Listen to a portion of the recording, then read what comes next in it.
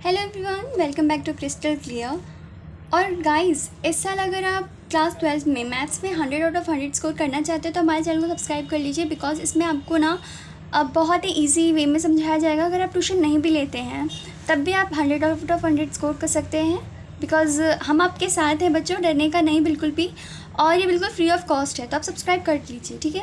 तो आज हम स्टार्ट करेंगे क्लास 12 का मैथ्स चैप्टर नंबर 3 का एक्सरसाइज 3.1 क्वेश्चन नंबर 6। बच्चों, इससे पहले के जितने भी क्वेश्चन है ना मैंने सारे करवा रखे हैं, ठीक है। तो आप चैनल पे जाके वीडियोस चेक कर सकते हैं। Okay, so let's begin. Question number 6 क्या कह रहा है, आप अपनी बुक में देखिए बच्चों। Find the values of X Y and Z from the following equations. हमें ना एक्स वाई एंड जेड की वैल्यू निकालनी है इन तीनों में। एक चीज़ कॉमन है कि इन तीनों में हमें एक्स वाई एंड जेड की वैल्यू फाइंड आउट करनी है, ठीक है। So let's start. ये देखो बच्चों, क्वेश्चन नंबर 6 उतार लिया मैंने एक्स वाई जेड, और ये था पार्ट 1। हमें इतना दिया हुआ था पार्ट 1 में, ठीक है। तो आपको पता होगा कि जब ये इक्वल आ जाता है दो मैट्रिक्स के बीच तो उसको हम इक्वल मैट्रिक्स कहते हैं।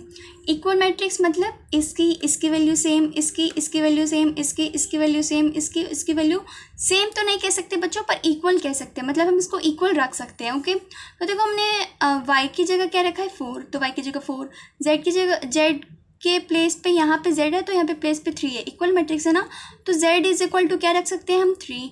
x की जगह पे क्या है y, तो हम x is equal to 1, x is equal to 1 है ना, सॉरी बच्चों। तो यहाँ पे x इज इक्वल टू 1 रख सकते हैं।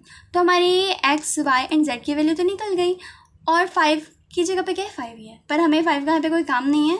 सो बहुत ही ईजिली निकल गया है x y एंड z की वैल्यू, ठीक है। तो अब देखते हैं क्वेश्चन नंबर 2।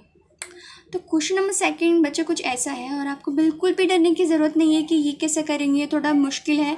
बिल्कुल भी मुश्किल नहीं है, हलवा क्वेश्चन है, ठीक है।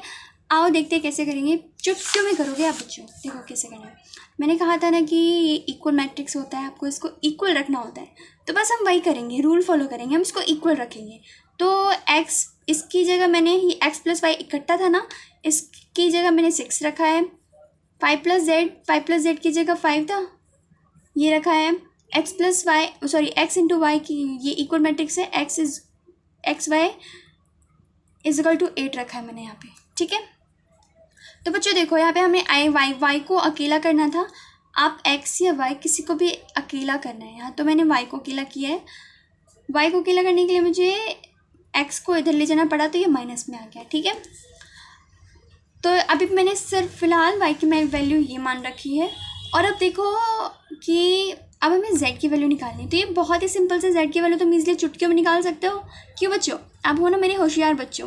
तो देखो z को यहाँ पे अकेला छोड़ने के लिए 5 को उधर ले जाना पड़ेगा। यहाँ पे 5 प्लस में है तो उधर जाके माइनस में हो जाएगा, तो z की वैल्यू हो जाएगी 0। आगे z की वैल्यू चुटकियों में है ना। अब देखो x और y इज इक्वल टू 8 यहाँ से लिया था, है ना। अब हमने y की वैल्यू क्या निकाली थी, y की वैल्यू निकाली थी 6 माइनस एक्स, तो ये वही पुट कर दो। बिल्कुल 6 माइनस एक्स वाई की जगह पुट कर दिया, इज इक्वल टू 8। अब ये जो x है ना बच्चों, देखो अब ये जो x है ये इससे मल्टीप्लाई होगा 6x, और x फिर इससे मल्टीप्लाई हुआ, पहले इससे मल्टीप्लाई हुआ तो 6x, और फिर से x से मल्टीप्लाई हुआ तो x square is equal to 8 आ गया। अब ना मुझे क्या करना है कि इस टर्म को ना उठा के उधर ले जाना है, ठीक है। तो यहाँ पे 0 बच जाएगा, इधर आके ये माइनस का प्लस का एक्स स्क्वायर हो गया, प्लस का 6x माइनस का 6x हो गया, और ये प्लस का 8 ही रहेगा।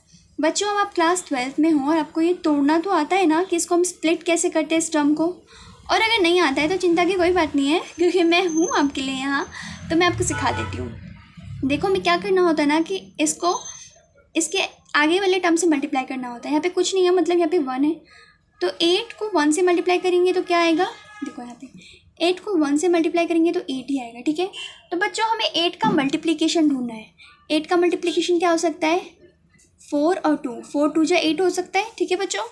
और देखो -4 और -2 -6 भी बन रहा है, तो हम इसको ऐसे स्प्लिट करते हैं, ठीक है। बिल्कुल भी कुछ भी कन्फ्यूज़न नहीं होना चाहिए, इसलिए मैं सब कुछ बेसिक से सिखा रही हूँ बच्चों आप लोगों को।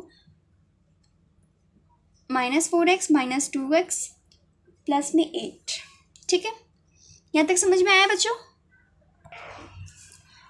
अब हम यहाँ से कॉमन ले लेंगे x, तो यहाँ बचेगा x माइनस में 4, और यहाँ से कॉमन ले लेंगे माइनस का 2, तो यहाँ क्या बचेगा, प्लस का x, ठीक है। मैंने यहाँ पे -2 हटा दिया तो यहाँ पे x बच गया। ओके बच्चों, और यहाँ पे क्या बच गया, माइनस का क्या बचेगा जल्दी बताओ, -4। फिर अंदर जाएगा तो माइनस का 2x हो जाएगा वापस, और ये माइनस माइनस प्लस का 8 हो जाएगा। ठीक है, अब इसको अलग अलग लिखना है। x - 4 = 0, और एक और वैल्यू क्या लिखनी है, x - 2 = 0। तो एक वैल्यू क्या आई x की 4, और एक वैल्यू आई x की 2।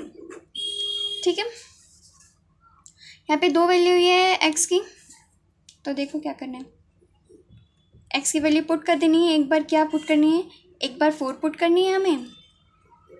एक बार 4 पुट करने पे आएगा हमें 2 y की वैल्यू, और जब लिख देते हैं when x = 2, और जब x 2 होता है, जब x 2 पुट करते हैं तो हमारी y की वैल्यू क्या आती है, 4। ठीक है, तो यहाँ पे हमारी 2 वैल्यू आई है, y की वैल्यू 2, z की 0, और x की 4। जब हम x की 4 रखते हैं तो 2 आती है ना, तो एक ये लिख सकते हैं आप आंसर में, या फिर आप दूसरा ये लिख सकते हैं कि y = 4, z = 0, x = 2। तो ये 2 वैल्यू है जो आप लिख सकते हो, और ये हमारा ये क्वेश्चन ख़त्म हो जाता है, मतलब इस क्वेश्चन का सेकंड पार्ट ख़त्म हो जाता है। आई होप आपको ये बिल्कुल ही इजी लगा होगा, और इजी नहीं भी लगा होगा तो समझ में आया होगा आपको। बच्चों को कुछ भी डाउट रह जाए ना तो आप मुझसे पूछ लेना, ठीक है। चलिए अब पार्ट 3 देखते हैं क्या है। पार्ट 3 बहुत ईजी सा है, इसको इक्वल लिख देंगे पहले। x + y + z किसके इक्वल है, 9 के। x + z को इक्वल रखेंगे 5 के इक्वल, कॉमा लगा देते हैं ना, कंफ्यूज नहीं होंगे। y + z को इक्वल रखेंगे 7 के। ठीक है बच्चों, तो यहाँ पे देखो y + z है, y + z की वैल्यू यहाँ पे 7 है, तो यहाँ पे हम 7 पुट कर देते हैं, = 9। ये 7 जाके माइनस हो जाएगा, तो x की वैल्यू यहाँ पे आ गई बच्चों 2। ठीक है, अब यहाँ पे हम x की वैल्यू रखेंगे 2 + z = 5। z को अकेला रखेंगे, 2 उधर, प्लस का 2 उधर जाएगा तो माइनस का 2 हो जाएगा, सॉरी 5, तो यहाँ पे 3 बच जाएगा।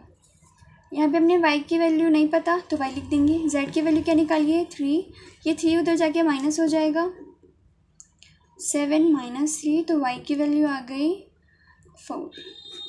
बस हो गया, बहुत ही सिंपल सा क्वेश्चन था, और बच्चों इंपॉर्टेंट भी बहुत है, तो आप इसको ध्यान से करना, ठीक है। और कुछ भी डाउट रह जाए ना तो आप कमेंट करके पूछ सकते हैं। And do subscribe to score 100 out of 100। Okay, thank you so much for visit Crystal clear.